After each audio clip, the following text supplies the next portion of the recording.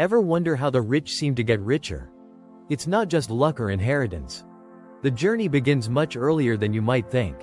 Believe it or not, many future millionaires start learning the ropes of wealth before they even learn to walk. About 30% of Forbes' billionaires were born into significant wealth, and their unique upbringing sets them up for success in ways most can only dream of. In this exploration, we're diving deep into the exclusive world of wealthy entrepreneurs to uncover their early life rituals. From bespoke nurseries that cultivate critical thinking to private lessons on leadership and philanthropy, these early experiences craft a unique breed of leaders. Stay tuned as we unravel the top 9 early life rituals that have shaped some of the most successful entrepreneurs.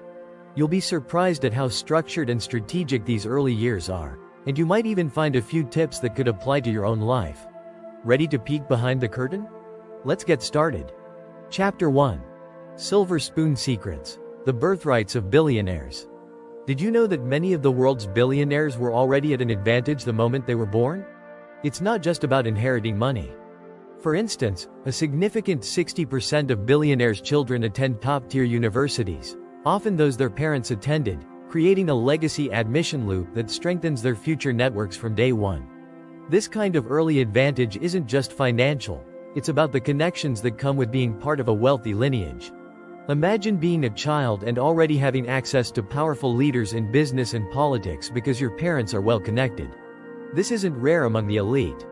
Warren Buffett once remarked, "The womb from which you emerge determines your fate to an alarming degree." Quite a statement, isn't it? Early on, these children are groomed to take over empires, receiving coaching on leadership and decision-making while other kids are learning basic algebra. It's fascinating to see how this upbringing shapes their worldview. These children often see themselves not just as participants in the economy but as future leaders. This psychological edge is crucial. They grow up assured, ready to innovate and command, largely because they've always been told they will. Chapter 2. Golden Cradles: Nurseries that Nurture Tycoons. Transitioning from birthrights, let's dive into the environments that raise these future moguls. Ever heard of custom-designed playrooms that stimulate strategic thinking? Yes, these exist. For the wealthy, creating an environment that promotes intellectual development starts very early. For example, some homes include libraries tailored for children, stocked with books chosen to inspire young minds towards entrepreneurship and critical thinking. Educational toys and games are also a big part of their world. But we're not talking about your average puzzles. These are often custom-made, designed to develop skills like negotiation and risk assessment from a tender age. The idea is to weave complex problem-solving into their playtime. Additionally, these children often participate in specially designed social gatherings that mimic adult networking events. Here, the focus is on teaching them the art of conversation and the importance of building relationships. It's like training for the social rigors of the business world while they're still in the sandbox. Chapter 3. Playgrounds of Privilege: The Schools of Success. When it comes to schooling, the rich often opt for the most prestigious institutions. Did you know that schools like Eton College in the UK or Phillips Exeter Academy in the US have educated more world leaders, CEOs, and nobility than any other schools globally? These schools are not just about academics, they're about forming a global network from a young age. The curriculum in these schools is uniquely tailored. Beyond math and science, students learn about global economics, leadership, and philanthropy as part of their basic education. This broader approach helps them understand their future roles in global contexts.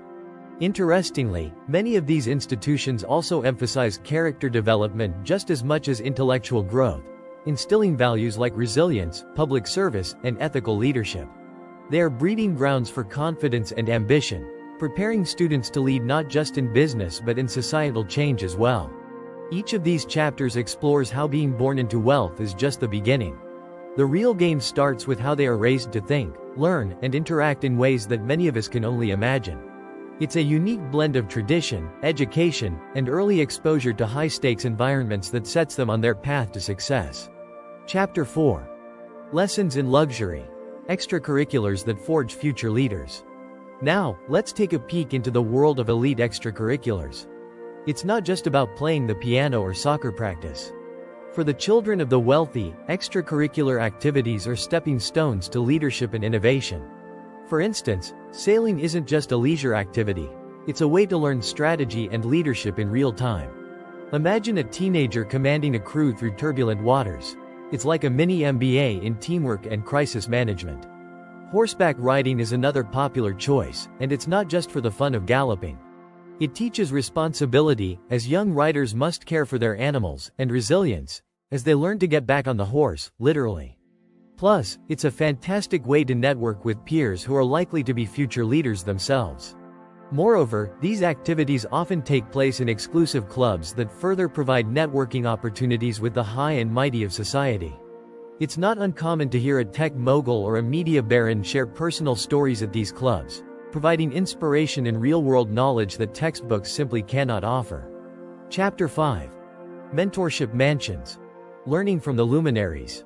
Moving into the teenage years, mentorship becomes a key player in the development of young entrepreneurs. Wealthy families often have access to a roster of advisors who are titans in their fields. These mentors don't just give advice, they set examples and open doors that most can only dream of. For example, consider the concept of shadowing, where a teen might spend a day or even a week alongside a CEO, observing and learning firsthand the intricacies of business management. This immersive experience is priceless and shapes their understanding of leadership and business dynamics. The impact of these relationships is profound. A mentor's guidance can often be the catalyst for a young entrepreneur's first venture, providing not just the wisdom but sometimes the capital needed to kickstart their ideas. It's a unique blend of apprenticeship and sponsorship that prepares them for success in the competitive business world. Chapter 6. The Art of Elite Networking. Building Empires from Playdates. Networking for the wealthy starts young, very young. Imagine playdates where your parents are not just watching you play but are also forming business alliances in the background. These aren't ordinary playdates, they're strategic meetings, sometimes set up to align families with similar business interests. As these children grow, their social circles are carefully curated to include future leaders, innovators, and influencers. This early networking is not by chance but by design. Events, galas, even sports meets are opportunities to connect, share ideas, and form alliances that can last a lifetime. By the time they reach adulthood, their network is not just wide but deep, filled with influential figures across various industries. This network is often their greatest asset, as it provides opportunities, insights, and partnerships that are crucial for any business endeavor. These chapters delve deeper into how extracurriculars, mentorships, and networking aren't just part of growing up wealthy, they are strategic tools that build the leaders of tomorrow. It's a crafted approach to life that most only read about, setting the stage for a future where business and leadership are second nature. Chapter 7. Visionary Ventures. Teenage Tycoons and Their Early Startups. Let's talk about teenage tycoons. You might find it surprising, but many wealthy kids start their first businesses before they even finish high school. This early start isn't just about making money, it's a critical learning experience. For instance, by the age of 16, many have already founded tech startups or fashion brands, often with a bit of seed money from family connections. These early ventures serve as real-world classrooms where young entrepreneurs learn about risk, failure, and the thrill of success.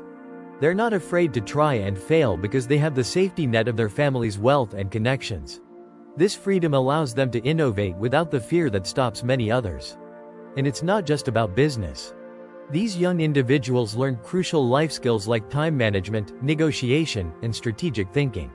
They come to understand the value of a dollar and the hard work behind earning it, even if the first dollar was easier to get. Chapter 8. Philanthropy as Pedagogy. Learning by Giving. Did you know that philanthropy is a major part of life for many wealthy families?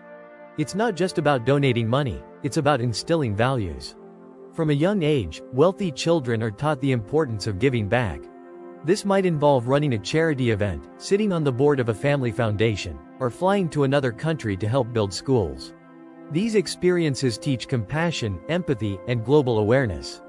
They learn that their actions can make a real difference in the world. This isn't just charity, it's a form of education that shapes their character and worldview. Moreover, engaging in philanthropy helps these young individuals build a network of like-minded peers and mentors who are also interested in making a positive impact. This can lead to more sustainable ventures in the future, rooted in a deep understanding of social issues and a commitment to solving them. Chapter 9. Heirloom Habits: The Wisdom Wealth Brings. Finally, let's explore the wisdom passed down through generations. Wealthy families often have traditions that include more than just passing on estates. They pass on habits, ways of thinking and acting that have helped them maintain and grow their wealth through decades. For instance, they learn the art of frugality and investment from a young age. Surprisingly, many wealthy individuals are taught to live below their means and to invest wisely. Warren Buffett is known for his frugal lifestyle and savvy investment choices, and he often shares these principles with young people. They also learn the importance of personal branding and maintaining a reputation. In a world where your name is your brand, understanding how to present oneself and manage public perception is key. These 9 chapters showcase the unique paths wealthy entrepreneurs take from the cradle onwards. It's a blend of privilege and heavy responsibility, preparing not just to inherit wealth but to multiply it and use it wisely. This journey is about more than money. It's about forming the leaders of tomorrow with the values of today.